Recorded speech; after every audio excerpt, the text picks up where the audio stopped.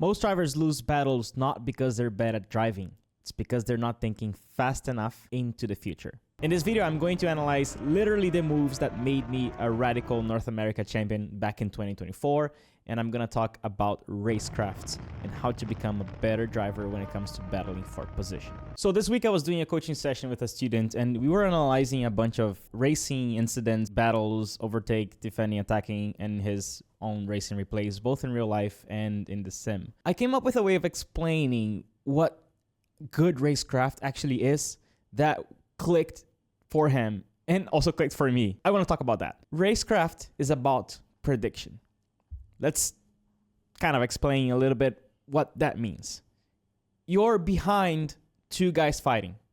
What do you think is going to happen? How can you position yourself to maximize your advantage 3, 4, 5 seconds in the future? What most likely will happen with their car positioning when they're defending or attacking, whether they're 2 wide or 3 wide?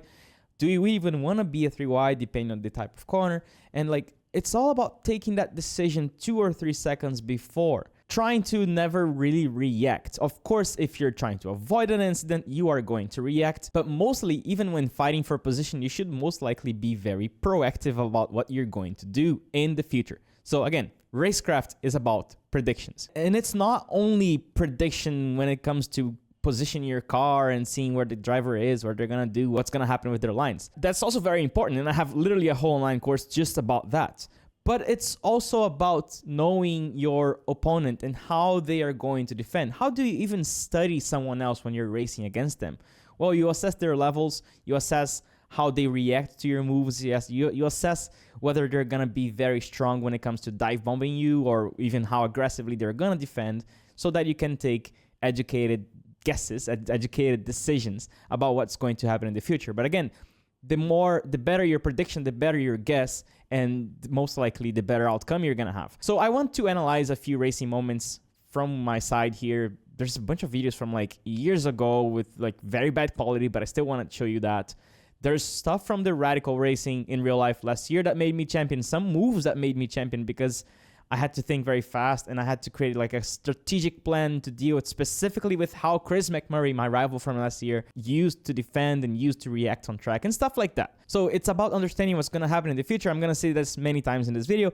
And how do you improve your prediction though? How do you become a better predictor? How do you learn these things? The number one thing is obviously racing more, but not only that. What I noticed with a bunch of students is you guys do so many races. You end the race and you jump straight to the next one. You don't even take a little bit of time to go watch the replay, go watch what you did, what were your decisions and what were they based on and what could you have done differently. So there is a little bit of a deliberate practice aspect that you can implement in your racecraft if you want to be better in 50 races, way better than you would actually be in 500 depending on your approach to practice. So let's go to the analysis. All right, first one, turn 3, Road America, radical.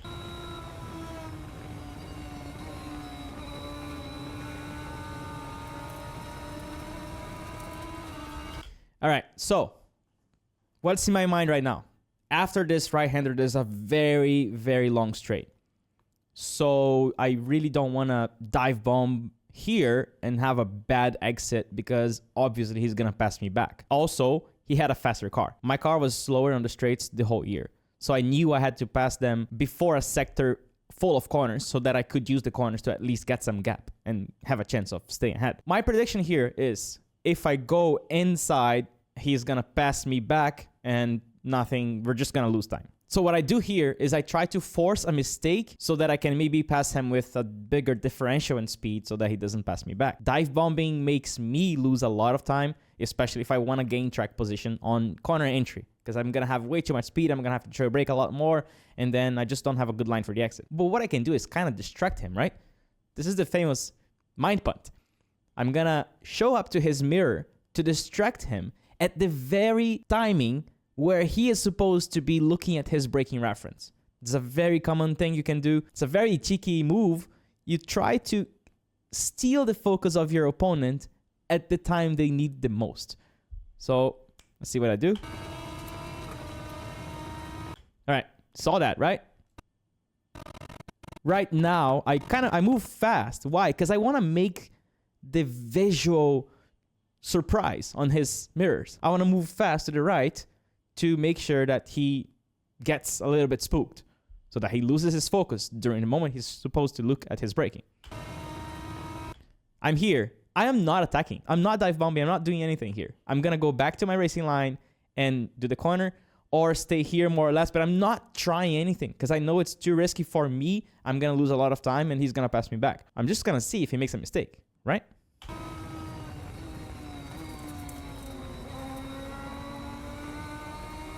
It worked. Why? Why did it work? Because I know him. Because I know that he's very aggressive and he likes fighting for position. He likes braking late. So the mind punt worked with the likes of him. And again, you start understanding your opponents. It doesn't have to be a whole year racing with someone. You can start learning how people behave in 3-4 laps during your race. So even if you're doing an official series or just a public session where you don't know your opponent, if it's someone that's really fighting closely to you, the more you pay attention to these personalities, the way people drive, the faster you're going to study these guys and learn how to deal with them. Here's a classic one. This guy is P1 here. This guy is P2. They're fighting. The corner is a right-hander. And I know this is not going to work very well for them. You know automatically that if there's two drivers ahead fighting, or if anyone is fighting side by side, you are going to lose time. They're not only fighting side by side, you would already lose time even if you're both close to the actual racing line and going side by side by this. They are going side by side, both on the inside. So they are going to run off wide and they are going to be very slow mid-corner and exit. So this is an easy one for me. All I needed to do was adjust my line to not use the exit. So I'm going to use all the entry. I know they are going to be at the exit because, again, there's a corner like this. They're here. They are going to run both wide like this. So what I'm going to do is I'm here. I know that I cannot use the exit if I want to pass them. So I have to plan my line in a way that I do this. And that's, again, prediction. I'm already adjusting my driving. I'm already seeing this happening. And I just need to execute. But again, I have a plan 3 seconds before. Even it's a long straight. Even before here, I saw them. I was like, easy. And that's exactly what happened.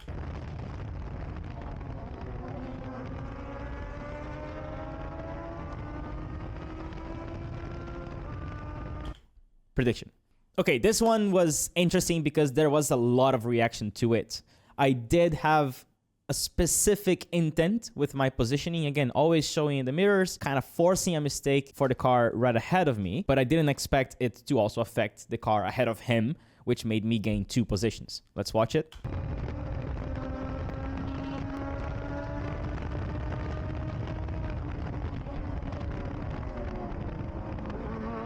All right, so what did I do here? I know the next corner is to the left. What am I going to do? I'm going to show up to his mirror right here. Excuse me, sir, I'm here. I'm going to do something. I'm going to do something. I was not going to do anything. I was just, well, maybe I was, if he braked a little bit early. So I was kind of like positioning in a way where if he did brake early, there's a little bit of reaction in this, but at least it's a controlled scenario, a controlled situation where I'm planning just in case he brakes a little bit early. I know I can brake very late. Then I could have made the pass. So what I did, I was ready to brake and I saw that he tried to do a sneaky move. He tried to do a double move here. He tried to defend against me and pass this guy. But it didn't work. So when I saw him going to the left, immediately aborted my mission to dive bomb, obviously, and moved to my racing line so that I can get a better exit. I couldn't move all the way here because I was already starting to brake. So when you're starting to brake, you don't have a lot of room to brake and turn. That would be a stupid idea. So what I did is moved a little bit to like 3/4. That was already enough to improve my racing line, and the move was done. And obviously, because he was kind of off his control a little bit, he didn't do a very good job braking. He was moving very late before he started braking, and then he probably even locked the fronts. He ended up not slowing down the car enough. He was way far from the apex, and he still hit this guy. Not my problem. Now, this is a mistake. I knew how Chris McMurray raced. I knew this guy right here, fighting against him all year against the championship. He never gives you space. If you're side by side, you're not fully ahead, you're not really committing, he's going to push you off. What did I do?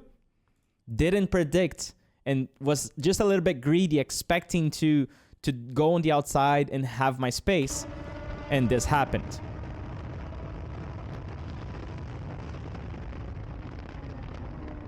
Oh, to be honest with myself here, to be fair with myself, I expected, because I braked so late, I expected to fill in this space here. I didn't expect for him to still be able to hold the car there, and he did a very good job squeezing in and going on the inside. And as soon as I get here, I realized that he is right here.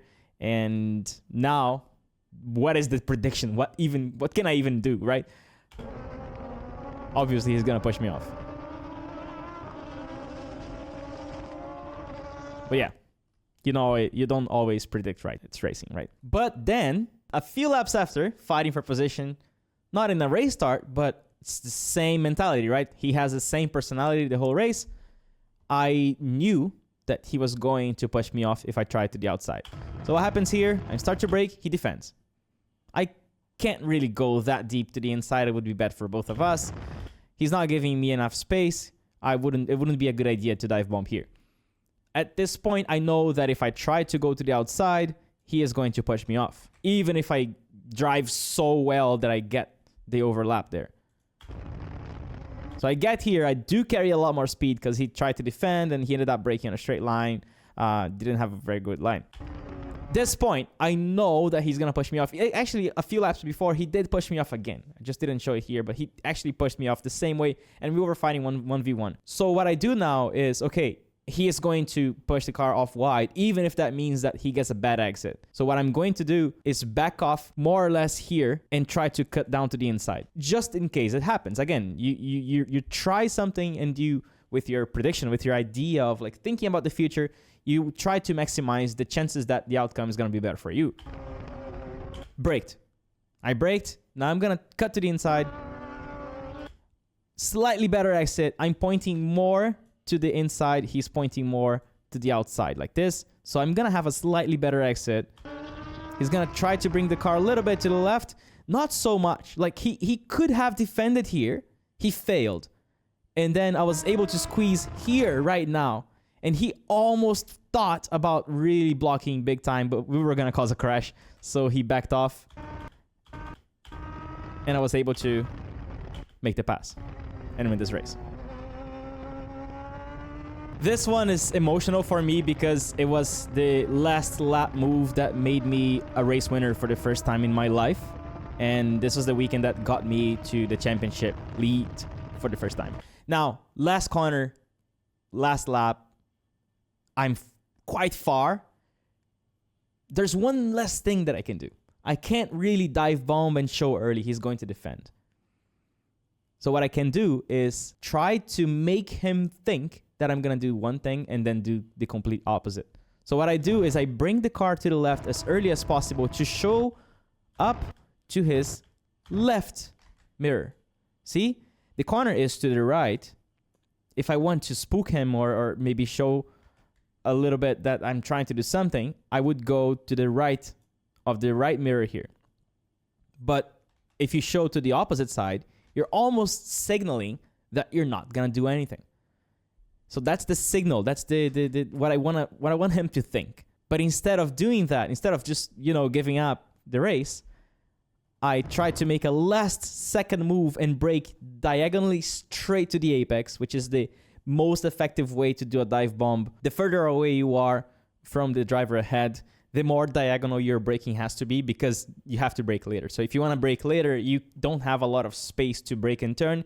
You shoot straight to the apex. I don't recommend doing that. This is a very aggressive move, but I do have a whole lesson on dive bombs and how to defend against dive bombs and how to actually protect yourself from dive bombs on my racecraft course. But this is what I did.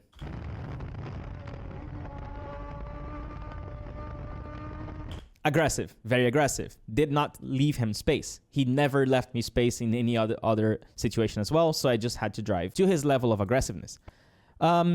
a little bit of an oversteer. As soon as I move here, it's very late. I turn in right, I start braking, and I immediately get oversteer right now. So I'm literally sliding towards the inside here.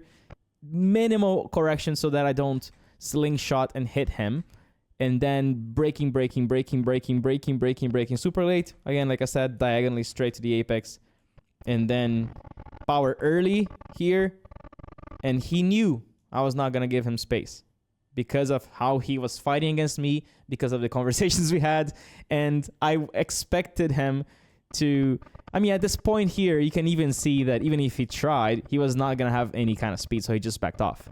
But I was ready to really be aggressive. We were 50-50. I'm at the apex. F1 rules, this is literally legal. So regardless of how aggressive it is, it was a legal move. And that is it for this move. Now, here's a very old video. You can see by the quality, this was like 5-6 years ago. I am about to attack someone, but I don't really want to lose too much time or to dive bomb from here. What I'm going to do is a mind punt. So I'm going to, again, same thing, turn and show to their mirrors at the very moment they need to look at the braking reference, spook them a little bit, make them move, make them think at the very moment they need their focus the most, and then get back to my own racing line and do my thing. And this time I actually made him kill someone else. So that was fun.